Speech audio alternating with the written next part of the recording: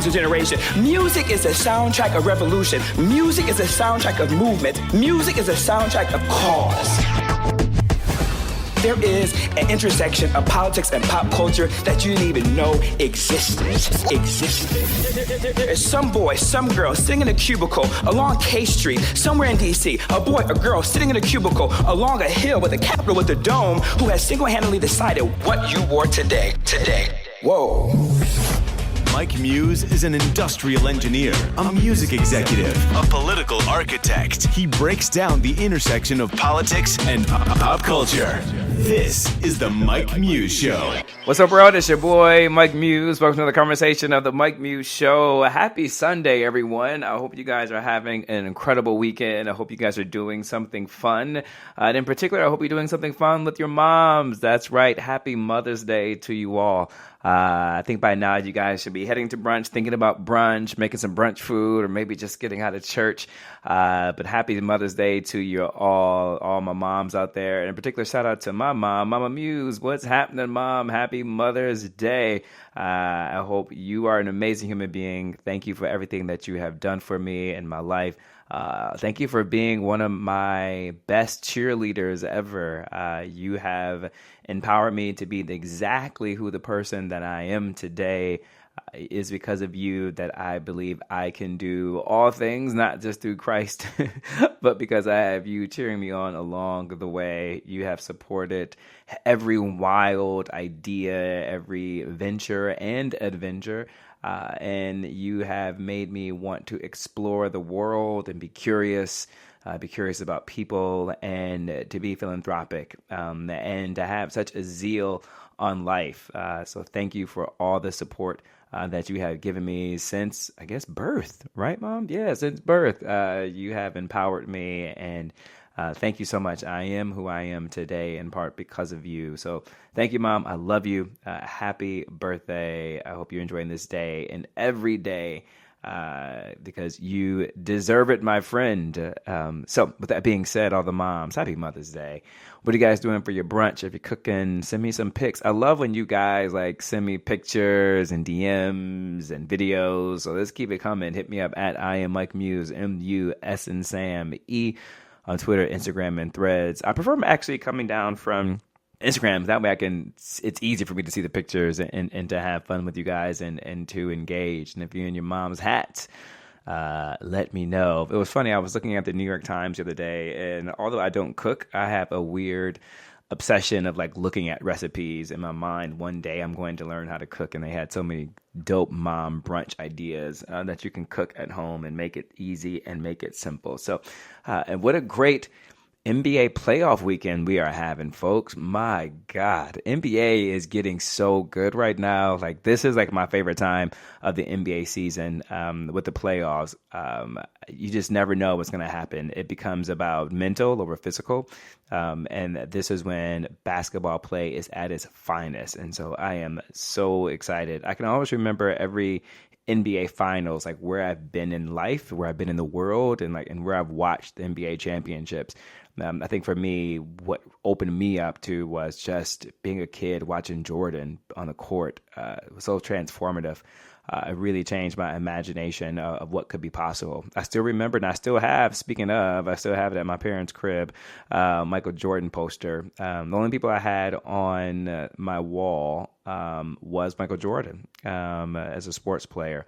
Yeah, so I love basketball. But I got to say, folks, I wish the NBA wouldn't have such a long season. I wish that NBA would start on Christmas Day and then wrap in June. I just think they play way too many games.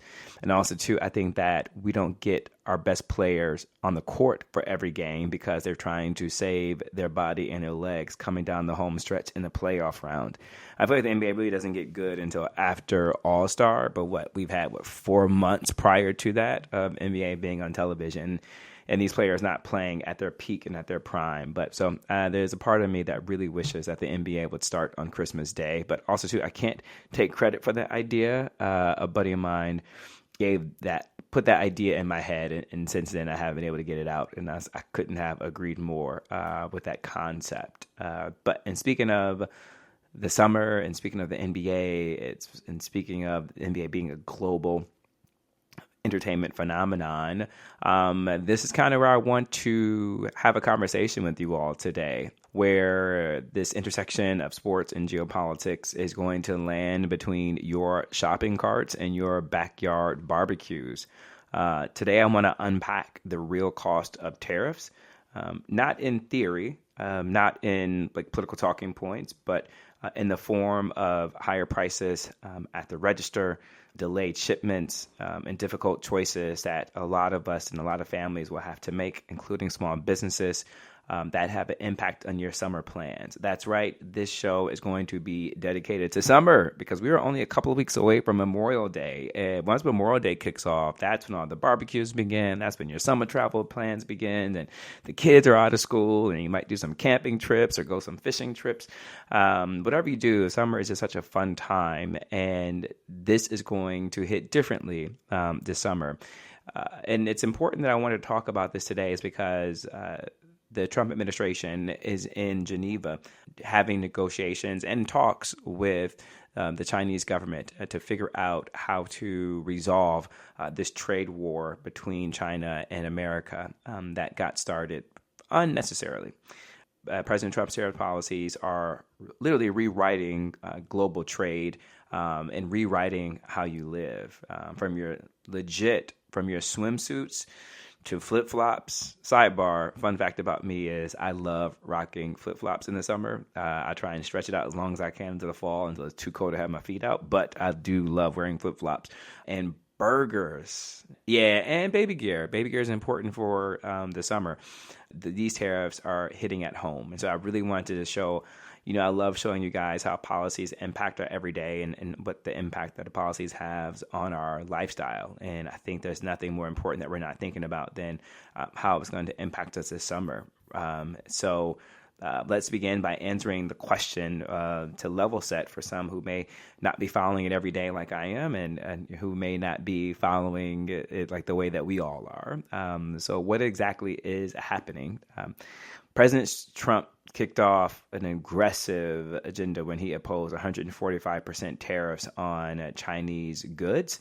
That was up from a prior 20% and with a new 125% stacked on. And so if you recall at the beginning, it was 20%, and then he just leapfrogged with a whole new 125%. And then that's how we get to the 145%. That's an historic leap. We haven't seen those type of tariffs since the 1930s. Where we're seeing that kind of aggressive across-the-board trade policies.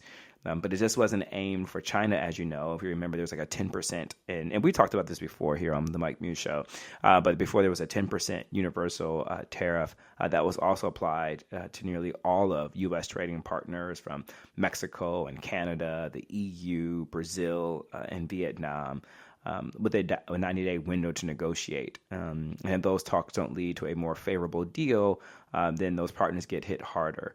But what we began to see is that right when that was announced, the Trump administration, in particular, Secretary of Treasury Bassett came out and said, look, everyone's calling them. Everyone makes deals. Everyone wants to make a deal. But what we have come to learn, that's just not the case. They still have only been in talks with just a few countries that have actually been reported out, and there's still no deals on the table. And as I talked with you guys the last time, to negotiate these type of deal with all these countries, that takes time. A deal with one country can take 6 to 8 months, and that's just everything is going smoothly and everything is going well. So to almost have to negotiate with every country just is not feasible.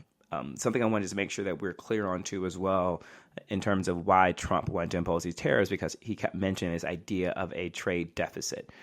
I want to just explain what that means just really quickly. All trade deficits aren't bad, right? Because trade isn't equal. A trade deficit is essentially when we are importing more from a country, meaning receiving goods from a country, than we are exporting to that country. And sometimes there are higher deficits. For example, some countries, like there's a country in Africa where we receive our diamonds from, right? It's not a well-resourced country. They don't have a high GDP, not a lot of high income earning individuals within that country, just based upon the way their country and their market is set up. And so for us to import diamonds from that country, like, they're not necessarily buying tech goods from us. They're not buying cars. They're not buying washer and dryers. They're not buying refrigerators, right? And so that is why that deficit occurs. We have a trade deficit with individual countries like Vietnam, for example, right? Because it's so much cheaper to make so many products from Vietnam in order to keep the wages low, in order to keep the products costs down. So we import a lot from Vietnam, but we're not exporting a lot to that country. And so this is why certain countries have like what we call trade deficits, right? So now that we have that understanding, why Trump is playing hardball for the negotiations, that is the question. His idea is to make America stronger, but pressure on others. But in practice, it's really shaking up the global economy and keeping the markets inconsistent. I'm sure you guys have all seen the way the market fluctuation has been going. You look at any television during the day and you see nothing but red in terms of the market fluctuating. Businesses have difficulty forecasting when you have inconsistent tariffs because of what it's going to cost their goods in order to sell on the shelves. And so when you can't adequately forecast your P&Ls, then that's what causes such an inconsistency in the market. But with that also too being said, let's not forget, China is our largest trading partner. In 2024, the U.S. imported $434 billion worth of goods from China, right? Everything from like laptops and solar panels to underwear and fish, in particular frozen tilapia. I know a lot of individuals like tilapia. I'm not a fan of it, but nonetheless, folks do, and it is in abundance. Trump's team, led by Scott Bessent and Trade Representative Jamieson Greer, they're trying to force a new, what they call Mar-a-Lago Accord, and to remake global trade in America's image. On China's side, they have their Vice Premier He Lifeng leading their talks. Beijing isn't flinching. Beijing is not scared of the United States, and they have proven this by the way they have created memes and videos taunting Trump and the United States. And instead, it's imposing their own retaliatory tariffs, particularly on U.S. meat, grains, and energy. They've even revoked export licenses for over 390 U.S. meat processing plants. It's important to note that a lot of their soybeans that they receive comes from our agricultural communities and farmers. So this is really going to have an impact on them too as well. Let's keep it real. This isn't not just a disagreement. This is a strategic decoupling, and we've moved beyond the rhetoric. Right. Meanwhile, you think about it like businesses and markets and consumers, we're the ones who are getting caught up in the crossfire. And what I mean by that, and I just want to dig in a little bit deeper and give you guys some more data and some more points into what these tariffs are actually doing. I was doing some research, and according to Yale's Budget Lab, the average U.S. household is now projected to lose $4,400 in 2025 directly from these new tariffs. That's a jump from $3,800 just a week ago, about a week ago, which is a 15% increase in consumer impact in 7 days. But folks, listen, these are not just like numbers, right? This is your grocery bill, right? That we go get groceries every week.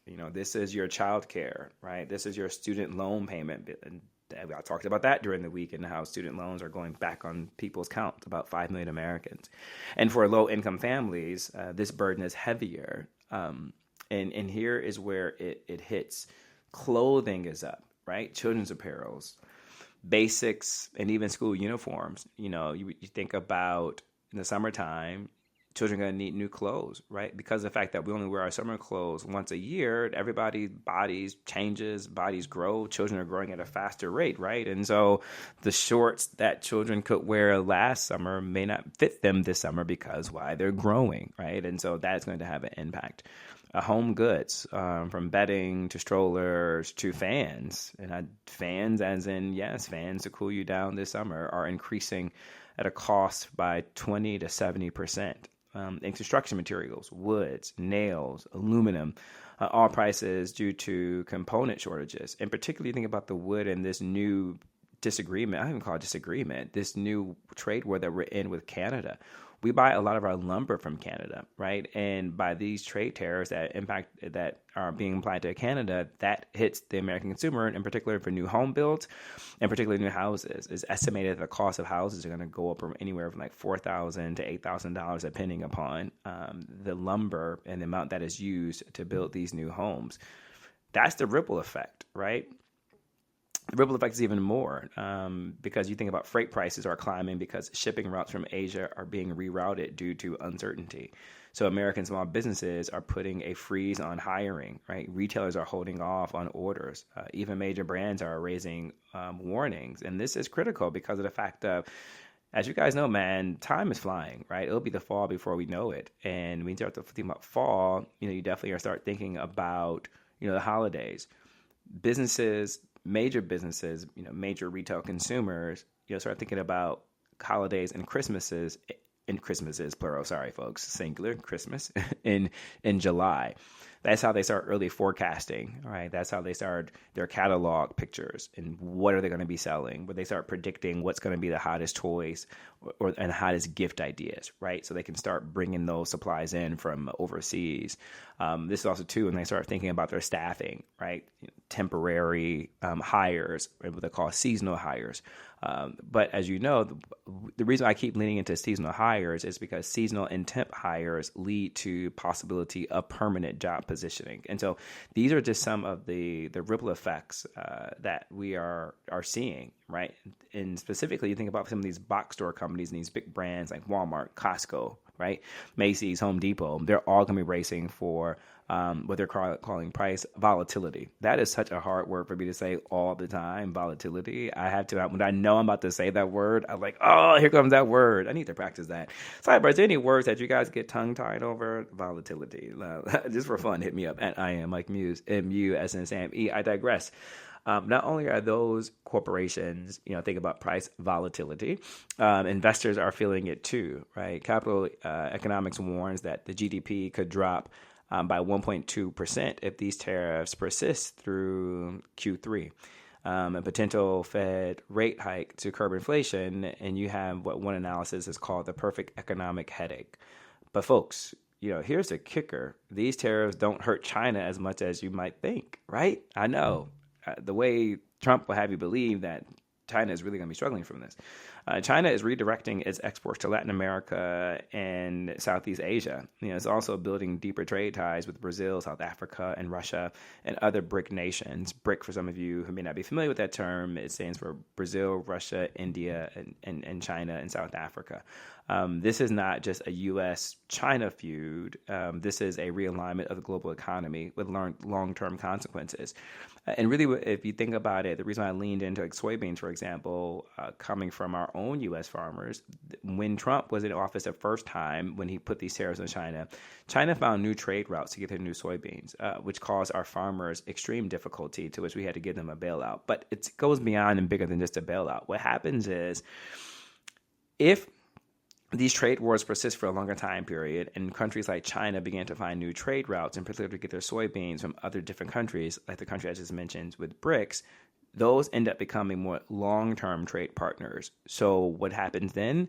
The trade routes and the trade dynamics with our U.S. farmers, those routes begin to dry up, and our farmers have to find new sources of countries to trade with, right? And so this is the challenge that we are facing when we have these trade wars, and then when you start seeing China finding new trade partners and new routes.